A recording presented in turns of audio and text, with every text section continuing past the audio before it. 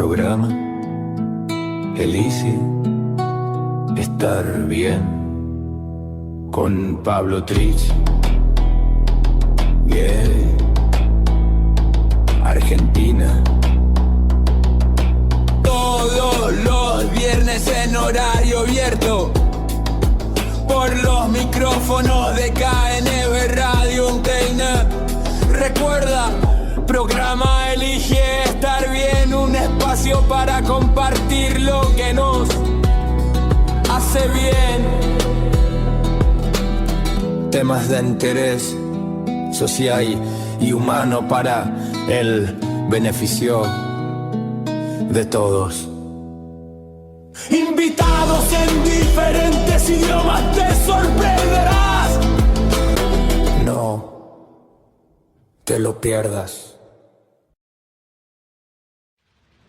La esperanza de vida es más de 77 años. ¿Cuántos de esos años vivimos en modo piloto automático? Después del sueño y el trabajo, ¿qué queda para nuestras pasiones y nuestros seres queridos? ¿Alguna vez dedicamos el tiempo a pensar en lo que realmente deseamos?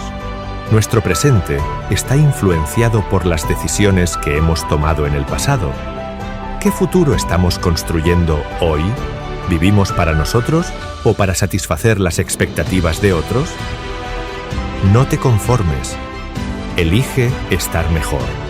Pablo Tricci. Descubre la importancia de invertir tiempo en tus necesidades esenciales. Disponible en inglés, español e italiano. Porque el verdadero capital que poseemos no es nuestro dinero ni nuestro patrimonio, sino nuestros valores, relaciones, habilidades, pasión, voluntad y resiliencia. Pablo Tricci, escritor motivacional, Argentina.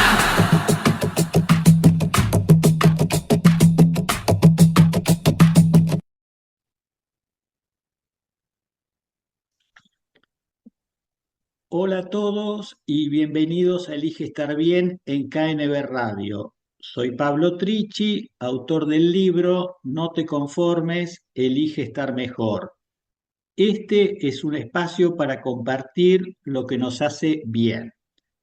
Dentro de mi libro, una de las 20 claves es la cultura del esfuerzo. Por eso, hoy tengo como invitado a una persona que, a mi juicio, se identifica totalmente con esta clave. Conozco a Ale hace más de 17 años. Quiero contarles algo de él. Alejandro Zalewski es argentino, licenciado en Administración de Empresas y MBA, con más de 20 años de experiencia como ejecutivo y consultor en empresas grandes y medianas en Latinoamérica y Europa, en áreas de estrategia corporativa, Big Data, inteligencia artificial y finanzas. Es docente, keynote speaker y promotor de la utilización de la tecnología aplicada a los negocios. Ale, gracias por dedicarnos tu tiempo y acompañarnos en este espacio. Recuerdo con cariño cuando charlábamos mientras tú estabas terminando la facultad, pasaste de estudiante con café en mano a profesional con agenda llena. ¡Qué evolución! Te admiro y te felicito, aunque sigo esperando que me enseñes cómo lo hiciste sin perder la cordura. ¿Cómo estás, Pablo? Bueno, muchas gracias ante todo por esta conversación. Un saludo a todos. Y nada, es un doble agradecimiento, no solo por la invitación a la conversación, sino por esa conversación que vos estás mencionando hace, sí, yo creo casi 20 años, en donde yo te diría que prácticamente fuiste mi primer mentor profesional. Esas conversaciones que no fueron dos o tres, en donde, bueno, hablamos bastante sobre cómo vos me sugerías comenzar mis primeros pasos en la carrera, así que nada, Un saludo a todos de nuevo y en serio, el agradecimiento por hoy y por esas primeras conversaciones. No, yo te agradezco realmente a vos y fuiste compañero de mi hija Ana y Ana me decía, mira, Ale es brillante y realmente desde la primera charla que hemos tenido, el primer café, me di cuenta que la tenía muy, muy clara mi hija. Bueno, pero Ale, mira, antes de meternos de lleno en tu vida, para romper el hielo, quiero hacerte algunas preguntas. Es una especie de test de la cultura del esfuerzo. A ver si lo superas o no. Veamos. Suponte que trabajas en un Excel gigante con 200 pestañas. ¿Crees en la cultura del esfuerzo y las revisas una por una o aplicas el famoso control F para resolver el problema? Combino todas las herramientas necesarias para solucionar el problema. Y resumido, primero entiendo el impacto del error que puede tener.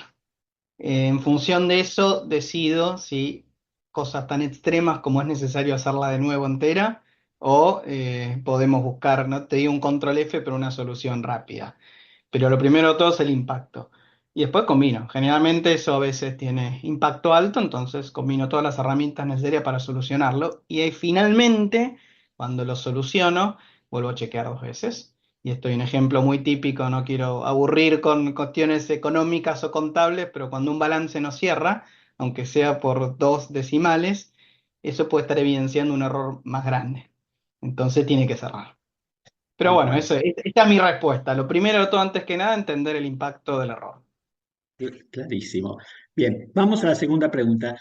Llegas a casa después de un día larguísimo. ¿Crees en la cultura del esfuerzo y te pones a cocinar un plato gourmet?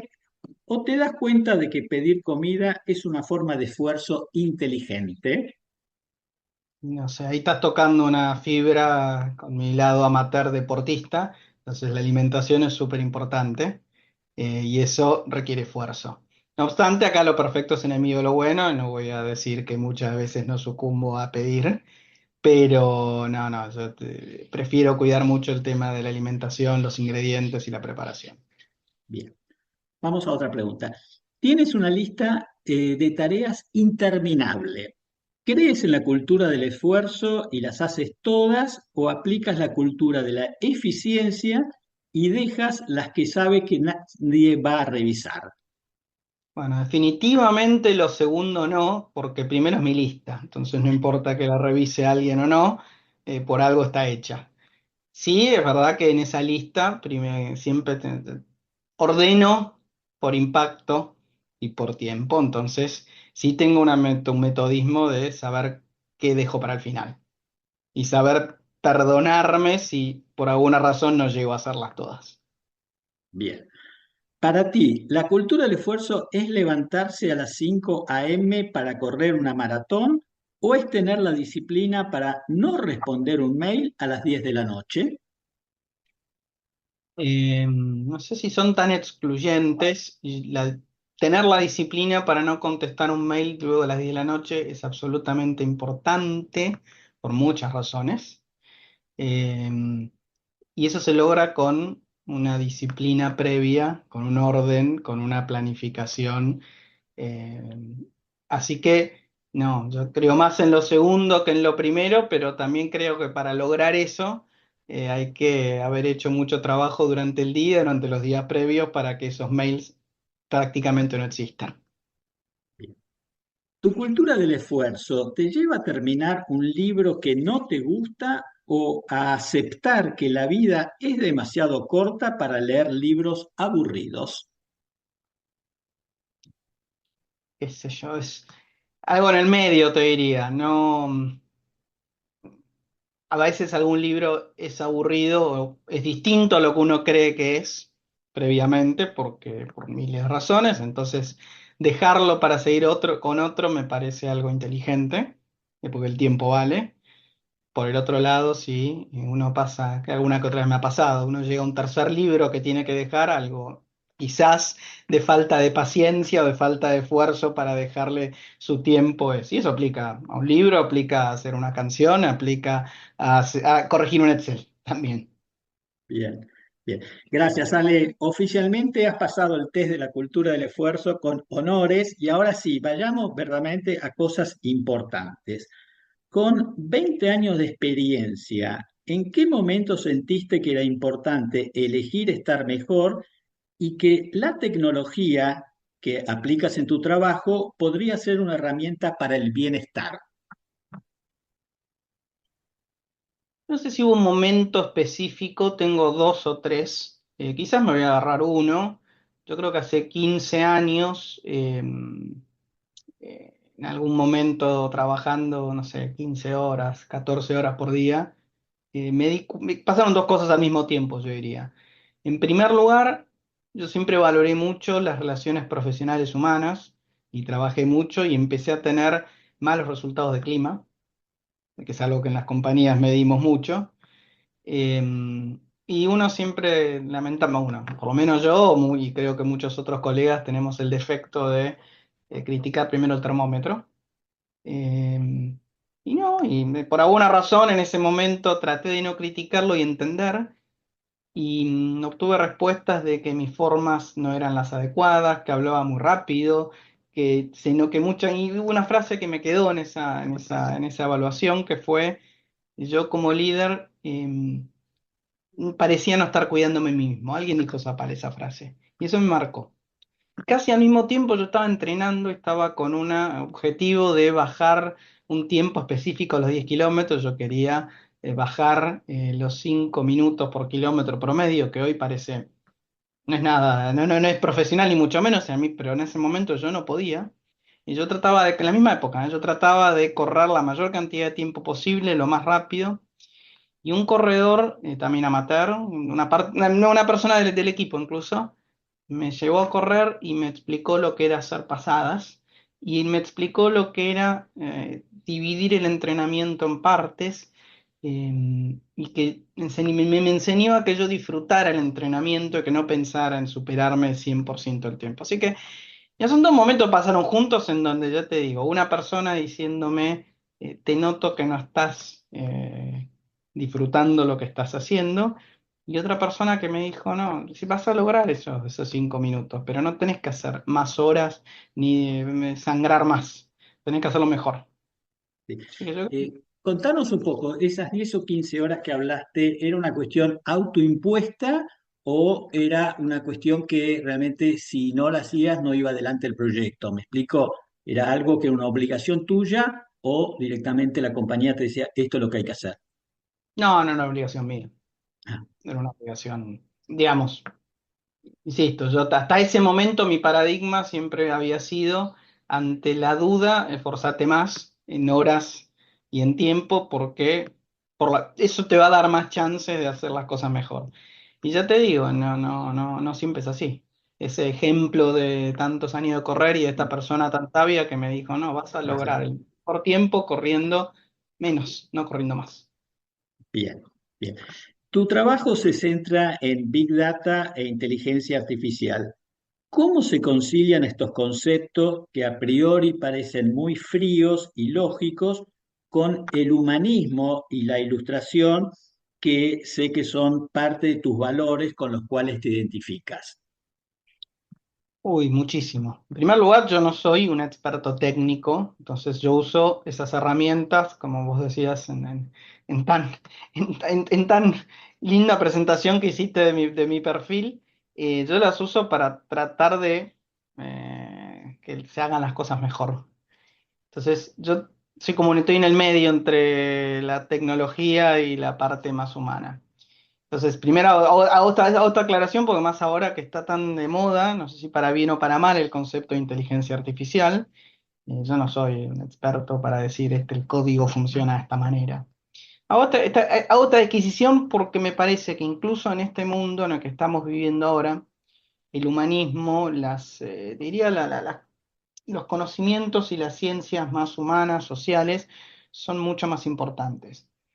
A riesgo de decir un titular amarillista, que no, pero me atajo, yo diría que vamos a entrar en una fase, o estamos entrando en una fase en la cual no es que todo está inventado, pero en donde probablemente las, ve- las ventajas incrementales que veamos de un modelo, de otro modelo, de una herramienta, sean, pero esa no sea la diferencia. La discusión pase a cómo se usan, por qué, los efectos que tiene eso. Y estamos entrando en un mundo en el cual, insisto, tener la capacidad para tener una evaluación, hasta te diría filosófica, de por qué usamos, no sé, un chatbot en un determinado proceso y los impactos que eso tiene en la capacidad de razonamiento de una persona, desde un estudiante hasta una persona que atiende en un equipo de atención cliente, pasan a ser cada vez más importantes porque estamos muy centrados en la herramienta, en el modelo, etcétera, y no es eso. Entonces, para resumirte la idea, creo que vamos hacia un mundo en el cual estas herramientas van a estar en todos lados, y de hecho están y cada vez más, en- y- pero no está tan claro las habilidades que tenemos que tener como humanos para usarlas. Dicho de una manera como para hacerte la idea, me parece que como humanos, como sociedad, por lo menos la occidental, sabemos lo que no sabemos en lo técnico y no sé si sabemos lo que no sabemos de las implicancias humanas que tienen estas tecnologías. Así que por eso mi foco en esto. Me gustó mucho lo que dijiste del humanismo y sé que escribiste un libro, entonces, ¿cómo conjuga este libro con el Big Data y con la inteligencia artificial y todo lo frío? Eh, a ver, es un libro en el cual me divertí, o sea, escribí un libro y me dedico también en el tiempo que puedo a producir y escribir canciones. A ver, en primer lugar me parece que yo trato de usar historias, trato de usar canciones como disparadores de cosas. Em, y me parece, o sea, la forma, lo que yo trato de buscar con esto es hasta reflexiones sobre qué nos pasa, qué nos impacta, qué podemos hacer o no. Y mira, y hasta llevado a un extremo, yo no sé si podría haber escrito un libro o haber producido canciones con la tecnología de 20 años atrás, teniendo otra profesión. No, por ahí sí, por ahí no lo sé. Ujú. Esto ya es en sí un mensaje que pues, tanto yo como muchísimas otras personas em, que esto lo hacen, no sé, que no sé si lo podrían haber hecho antes. Eso ya por sí es una reflexión y eso para mí, hacerlo para mí es un mensaje. Es decir, che, ahora, no es que todos podemos escribir, no. Tenemos herramientas que si las usamos podemos dar mensajes que por ahí antes nos hubiera costado más. Eso no Sí, sí. implica eso. Pero bueno, Pero nada, eso. qué bueno que lo hayas hecho, te digo, ya que venís de la parte fría, digamos, de los números y todo esto de la tecnología, y realmente escribir algo, sea de canciones o lo que fuese, te muestra en un lado mucho más emotivo. Sí, yo creo que hay dos cosas con eso, ¿no? Dos reflexiones así muy rápidas, pero en primer lugar, esto que vos mencionabas del mundo corporativo y el mundo de los números, es difícil, es hasta difícil conectar con personas porque esto incluso hasta, viste, yo soy un seudónimo, pero no para ocultarme ni mucho menos, sino hasta por una cuestión de marketing, las, para Sí, separar los sí, sí. posicionamientos. Pero te diría que sigue habiendo gente que esto no lo valora y hasta que lo ve como algo, como una pérdida de tiempo y está mal. Qué pena. Pero por el otro lado, conecta con personas que vos no imaginarías. Y de repente te encontrás hablando de música, te encontrás hablando de literatura, con gente que no sé si hubieras llegado a hablar de esos temas. Así que nada, tiene esas dos caras. Perfecto. ¿Qué rol juega la resiliencia en un mundo de negocios tan competitivo y en constante cambio? ¿Qué te enseñaron los fracasos sobre cómo elegir estar mejor? Bueno, la resiliencia es uno de los valores, yo creo, centrales en mi vida y más difíciles de trabajar y de lograr. Eh, yo creo que en primer lugar, está bien, se habla mucho, yo creo, y del mundo corporativo, los negocios, de la competencia, como un valor o como una característica más que un valor, y yo creo mucho en la competencia primero contra uno mismo. Si no sé si la palabra o si el concepto, a veces cuando lo digo suena, me siento diciendo algo que no sé si esta no es cruel, pero yo creo en eso, primero. Sin ningún lugar a duda, cuando uno está en los negocios, uno compite por ganar más dinero, por ganar más clientes. Sí, por supuesto que hay nada, no estoy ni romantizando ni evitando eso, sin ningún lugar a duda. Pero antes que nada, yo creo en la competencia en uno mismo. Eh, y la competencia en uno mismo, otra vez, para mí se parece mucho, y a mí me enseñó mucho a correr, se parece mucho a esto de, bueno, yo voy a correr una maratón, de 21, una media maratón de 21 kilómetros, tengo que entrenar 3 meses. Y lo sé. Y ese entrenamiento de 3 meses tiene 3 días de entrenamiento por semana con sus entrenamientos absolutamente establecidos y en donde eh, si uno al final hace esos entrenamientos no asegura que va a ganar, que va a correr el tiempo que dijo, pero va a estar mucho más cerca. Entonces, en primer lugar, eso desarrolla herramientas de resiliencia porque uno se acostumbra 3 veces por semana a un día llueve y no pude correr y no me salió, otro día me lastimé un pie, otro día no pude hacerlo tan rápido. Entonces uno va sumando, entre comillas, por decirlo de una manera, pequeños fracasos, si es que se llaman fracasos, no sé si decirlo así.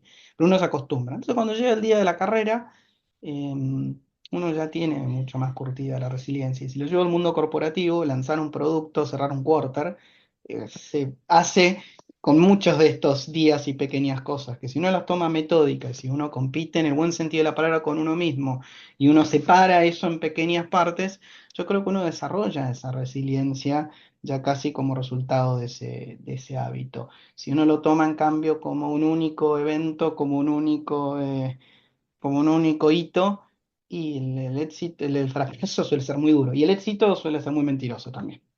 El éxito es muy mentiroso. Contanos un poco, ¿por qué empezaste a correr? ¿Cuál fue el disparador?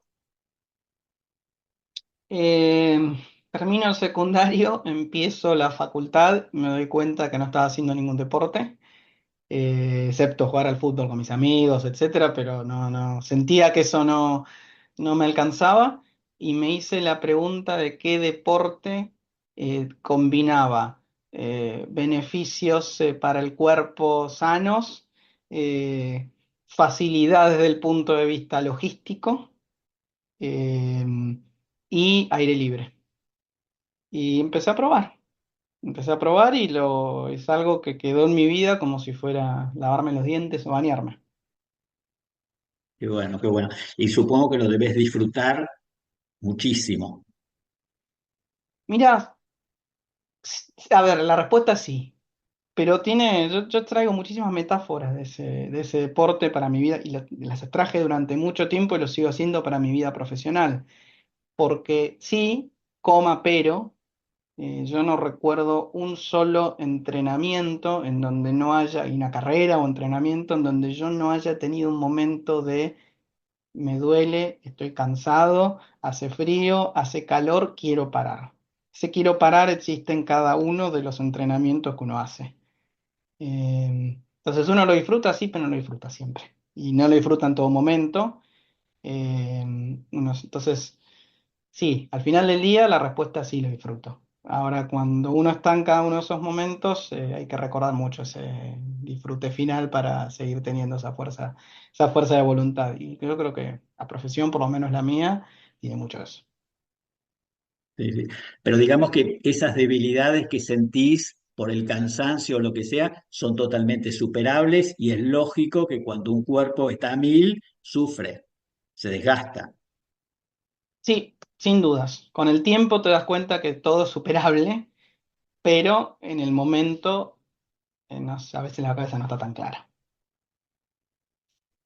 Seguro, seguro. Es luchar contra la pulsión del momento, luchar contra la mezcla de sensaciones y de químicos en el cuerpo en ese momento. Bien. Me gustaría que acá te explayes en esta pregunta porque tiene que ver con distintas culturas. Sé que has trabajado en Latinoamérica y en Europa. ¿Y qué diferencias culturales notas en las formas de entender el éxito y el bienestar en cada uno de estos lugares? Y sobre todo, ¿qué has aprendido de ellos en cada lugar? ¿Con qué te quedas? Uy, muchas cosas. Déjame ordenar un poco y Sí, estructurar un poco la respuesta. En primer lugar, yo creo que punto de vista del éxito o del valor del éxito o el valor sí, no sé, de cómo lo entienden, yo creo que Latinoamérica, Europa, Estados Unidos, hablo del mundo de los negocios, son mucho más parecidos a lo que parecen. En el fondo hablamos de fact-based, hablamos de métricas, hablamos de números, y cuando lo empezamos a bajar hablamos de, no sé, hacer las cosas en tiempo y forma. Eso culturalmente, y como lo vi yo, y lo experimento, lo sigo viendo, no sé si hay tanta diferencia. Hay menos de la que nosotros creemos. En el cómo es donde me parece que hay muchas más diferencias. En el cómo llegamos a ese éxito, incluso en ese cómo aplaudimos o no de la forma de llegar a ese éxito. Y ahí sí podría contar muchas cosas. Por ejemplo, no sé, la TAM es un mundo en donde, y voy a nombrar algunas cosas que pueden ser leídas adrede como positivas o negativas. Son descripciones, en mi opinión, totalmente subjetiva, y depende de quién lo escuche del otro lado, puede decir, no, pues eso no es un valor, es una forma al revés. Para mí son cualidades, características del cómo llegar al éxito. La TAM es un lugar, o es un grupo de lugares, mejor dicho, en el cual eh, la informalidad, la improvisación y las relaciones humanas son un cómo muy marcado. De hecho, bueno, más allá de los chistes que hacen sobre los argentinos, detrás de cada chiste hay cosas interesantes para desglosar, y siempre se dice que, no sé, que los argentinos encontramos la forma de atar las cosas con alambre o de encontrar una solución ante un problema, y no solo los argentinos, hay de distintos países por la historia que hemos tenido, por las dificultades, etcétera. Pero la TAM sí tiene un cómo muy la informalidad, insisto, las relaciones humanas y la improvisación. Estados Unidos está mucho más centrado, las compañías y la cultura de negocios americana, está mucho más centrado en el método y la sensación de urgencia, en que las cosas se hagan mediante un procedimiento, y ese cómo está más valorizado que la improvisación, por ejemplo.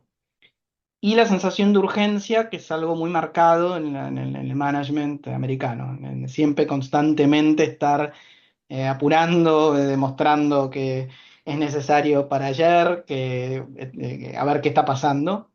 E insisto, adrede, estoy tratando de contarlo sin mi propia opinión, es decir, cómo yo esto lo veo y cómo son, pero son cómo. Y Europa, que también es un mundo, no es lo mismo el mundo anglosajón que el mundo latino, europeo, pero, y especialmente el anglosajón europeo, que parece que además, yo he tenido bastante experiencia tanto en España como en Inglaterra, que son dos cosas distintas, pero sí diría que en ambos dos hay cosas muy en común en términos de el valor del orden y yo le llamo la política comunicacional, pero traducido es la importancia en el valor de la comunicación, en cómo se comunica,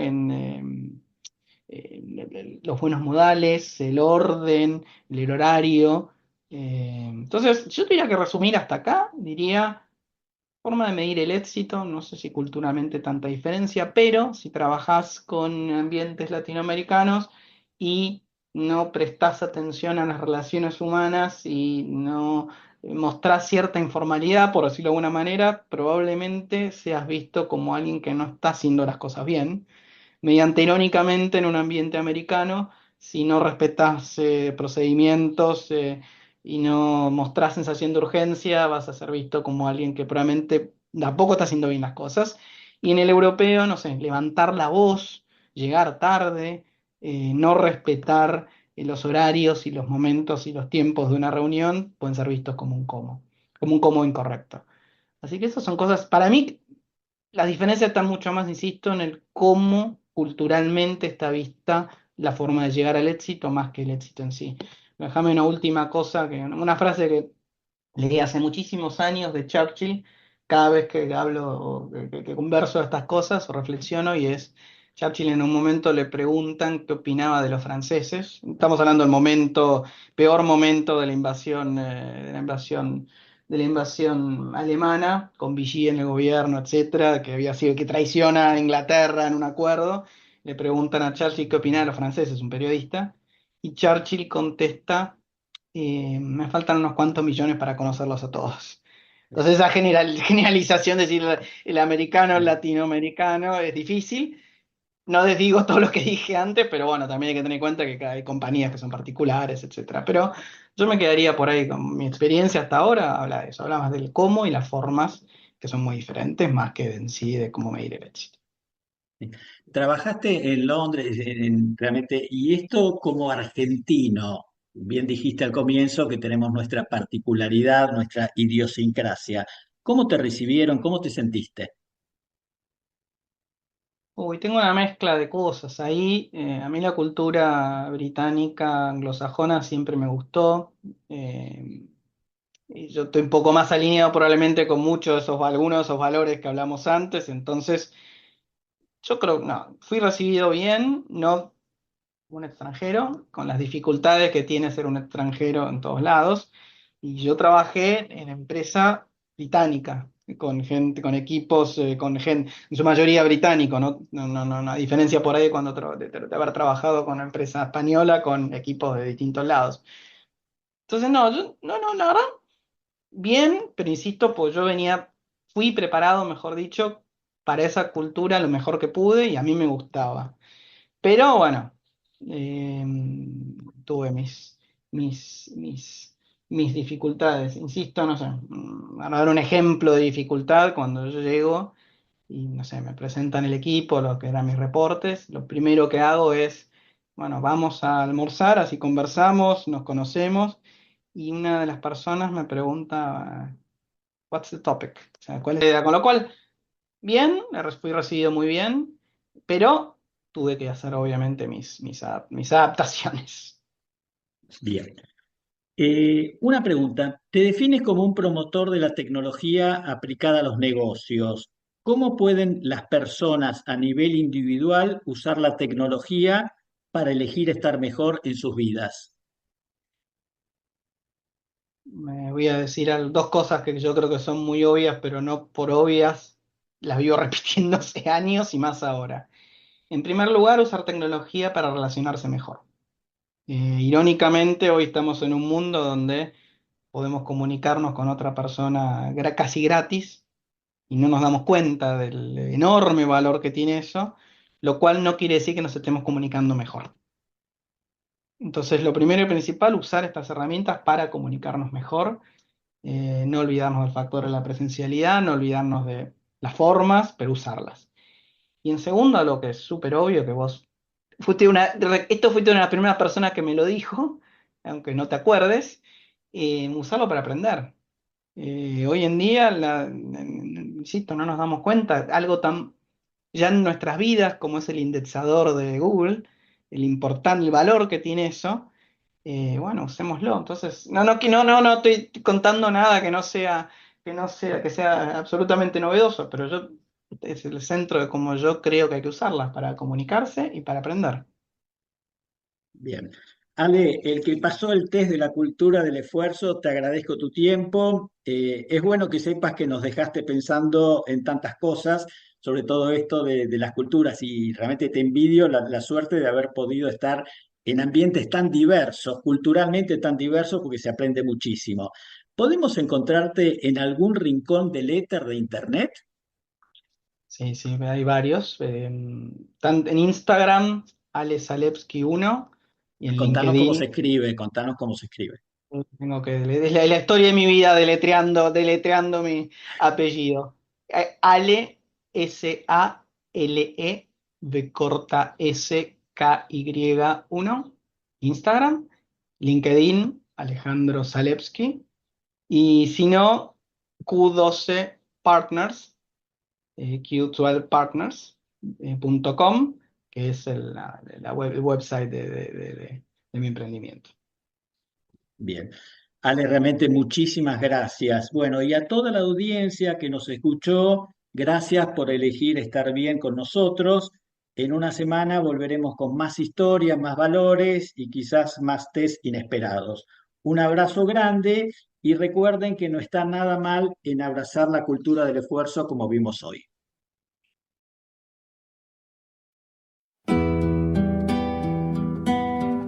Provecho. llama Elige estar bien con Pablo Trich. Yeah. Argentina. Todos los viernes en horario abierto por los micrófonos de KNB Radio Antena. Recuerda, programa Elige estar bien, un espacio para compartir lo que nos hace bien.